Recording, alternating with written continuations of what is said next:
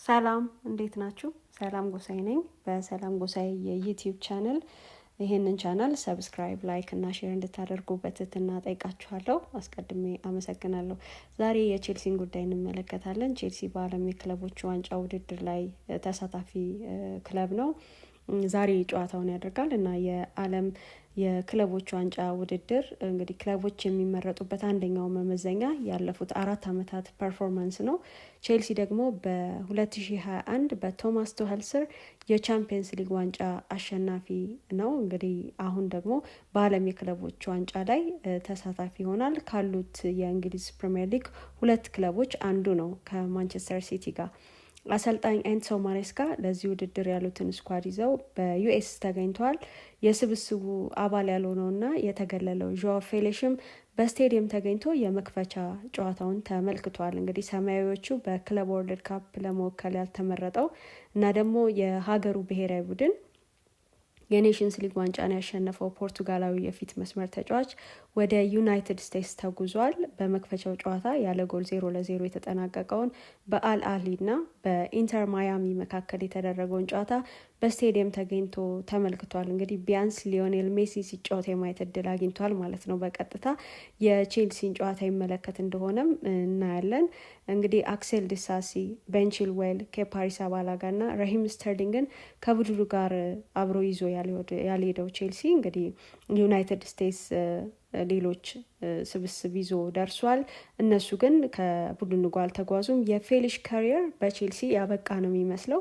ወደ ስታንፎርድ ብሪጅ የተመለሰው ከ12 ወራት በኋላ ነው። እንግዲህ በድጋሚ የቼልሲ ማሊያ የመልበስ እድል ያለው ግን አይመስልም ይሄ ተጫዋች።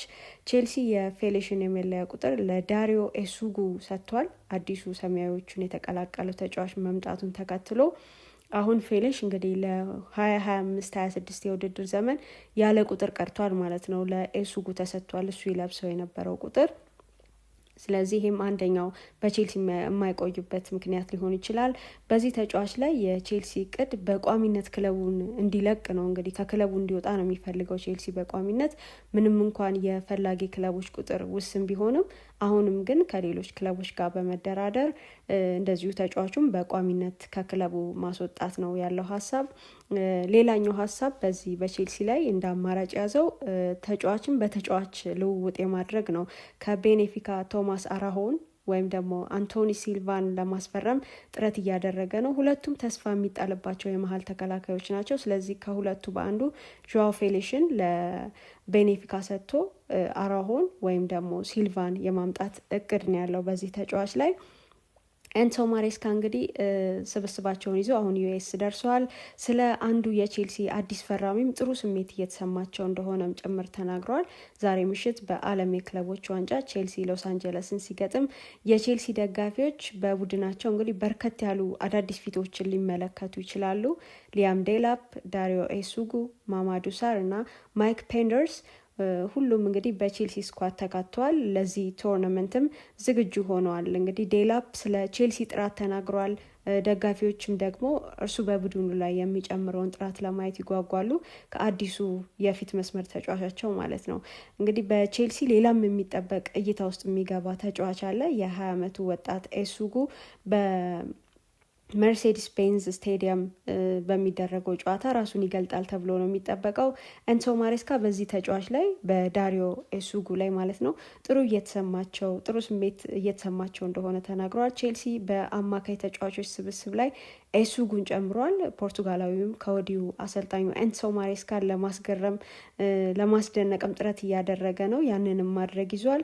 ለቼልሲ ኦፊሻል ዌብሳይት ኤንሶ ማሬስካ ስለ ቀድሞ የስፖርቲንግ ሊዝበን ተጫዋች ሲናገሩ ስለ ዳሪዮ ኤሱጉ ማለት ነው ስለ እሱ ጥሩ ስሜት እየተሰማኝ ነው፣ ከኛ ጋር ጥሩ ስራ እየሰራ ነው እና ማይክ ፔንደርሰንም በተመሳሳይ ሲሉ ነው የተናገሩት።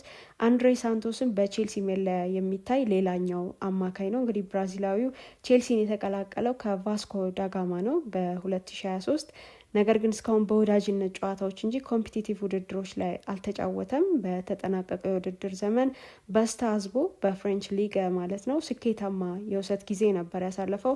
አሁን በማሬስካ ስር የመሰለፍ እድል ሊያገኝ ነው ማለት ነው ይህም ተጫዋች። ይህንን የምንመለከተው ይሆናል። እንግዲህ በተጠናቀቀው የውድድር ዘመን ሞይሴስ ካይሴዶ የቼልሲ የውድድር ዘመኑ ኮከብ ተጫዋች እንደውም ምናልባትም በፕሪሚየር ሊግ ካሉ ምርጥ የአማካይ ስፍራ ተጫዋቾች አንዱ ማለት ይቻላል እና ኤንዞ ፈርናንዴዝ በጣም ብዙ ጨዋታዎችን ነው የተጫወቱት። ስለዚህ የኤሱጉ ስታንፎርድ ብሪጅ መድረስና የሳንቶስ ከውሰት መመለስ በመጠኑም ቢሆን ለካይሴዶና ኤንዞ እረፍት የሚሰጥ ነው፣ ጫናንም ማቅለል የሚችሉ ናቸው። ኤንሶ ማሬስካ በዳሪዮ ኤሱጉ ላይ ጥንቃቄ ማድረግ እንደሚገባ አጥብቀው ነው ያስገነዘቡት። እንግዲህ ኤሱጉ በሚያሳየው ነገር በጣም ደስተኛ ናቸው። ነገር ግን በግልጽ እንዳስቀመጡት ይሄ ፖርቱጋላዊና እንዲሁ ማማዱ ሳርም ቢሆን በጣም ጊዜ እንደሚፈልጉ ነው የተናገሩት። ማሬስካ ባለፈው ሳምንት ስለ ሶስቱም ተጫዋቾች ስለ ኤሱጉ፣ ስለ ማማዱ ሳርና ሊያም ዴላፕ ይህንን ብለው ነበረ። ሶስቱም ተሰጥኦ አላቸው። ዴላፕን በማንቸስተር ሲቲ ከ21 ዓመት በታች ቡድን አሰልጥኘዋለሁ። የፕሪሚየር ሊግ ልምድ አለው። ቡድኑ ኤፕስዊች ይውረድ እንጂ 12 ጎሎችን አስቆጥሯል እና በጣም ጠንካራ ሰው ነው ሲሉ ነው የገለጹት። ስለ ሌሎቹ ሁለቱም ተናግረዋል። ስለ ኤሱጉና ሳርም ሌሎቹ ሁለቱ ጊዜ ይፈልጋሉ። ሁለቱም በ2005 ነው የተወለዱት። መቼ ዝግጁ እንደሚሆኑ መረዳት አለብን። በስራቸው በሚያሳዩት ነገር ግን አሁንም ጠንካራ ናቸው። ሁለቱም ባለፈው ዓመት ተስፋ አሳይተዋል። ቼልሲ በትክክል የሚያሳድጋቸው የሚያበለጽጋቸው ከሆነ በእጁ የያዘው ልዩ ችሎታ ያላቸው በጣም ድንቅ ተጫዋቾችን ነው ሲሉ ነው የገለጿቸው። በእድሜ 21 ላይ ቢገኙም እንግዲህ የሚደንቅ አቅም ነው ያላቸው እነዚህ ተጫዋቾች።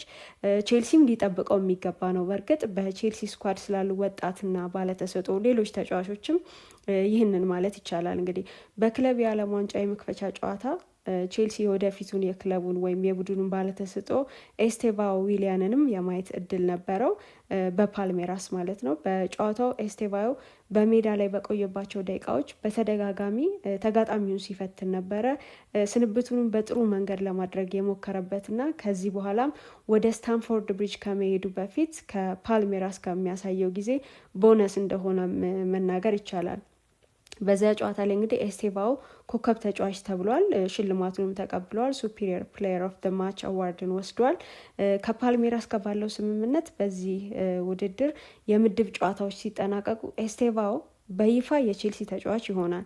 ቼልሲ ምድቡን አልፎ በውድድሩ ሲቆይ በቀሪው የውድድር ጊዜያት እንግዲህ የመስመር ተጫዋች የቼልሲ ንብረት ይሆናል ማለት ነው። ነገር ግን በፊፋ ሕግ ኤስቴቫኦ በዚህ ውድድር ላይ ለቼልሲ ለመመዝገብ ብቁ አይደለም። አስቀድሞ በፓልሜራስ ተመዝግቦ ውድድር እያደረገ ስላለ ማለት ነው። እንግዲህ ይሄ ማለት ወጣቱ በቼልሲ መለያ ለመገለጥ የፕሪሚየር ሊጉን መመለስ መጠበቅ አለበት ኦገስት ላይ።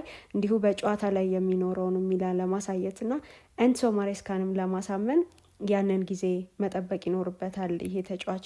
ቼልሲ እንግዲህ በዓለም የክለቦች ዋንጫ በምድብ 4 ከፍላሚንጎ፣ ኤስፔራንስ እና ሎስ አንጀለስ ጋር ነው የተደለደለው። የመጀመሪያ ጨዋታውንም ከሎስ አንጀለስ ጋር ያደርጋል። ዛሬ እንግዲህ በሜርሴዲስ ቤንዝ ስቴዲየም ነው ይሄ ጨዋታ የሚደረገው።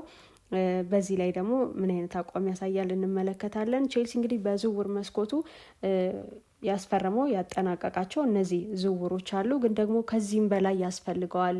ግብ ጠባቂ በጣም መሞላት ያለበት ክፍተት ነው። ባለፈው የውድድር ዘመን በሳንቼዝ እና በጆርገንሰን ነበር የቆየው። ሁለቱም ለፕሪሚየር ሊጉ ይመጥናሉ እና በውጥ ብቃት ይቀጥላሉ ማለት የማይቻል ነው።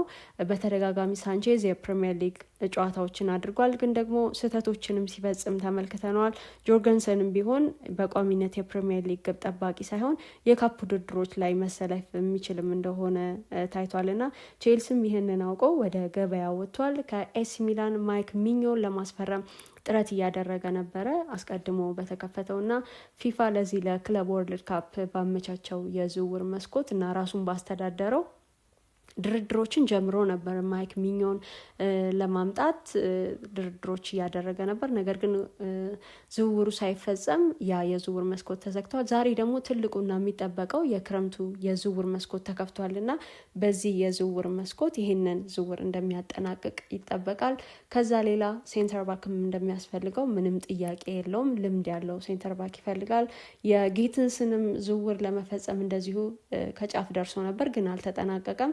በዚህኛው የዝውውር መስኮት ግን እዚህኛውም ዝውውር ላይ በደንብ እንደሚገፋበት ይጠበቃል። ቼልሲ ዛሬ በክለብ ወርልድ ካፕ ጨዋታውን ያደርጋል። እሱን እንመለከታለን።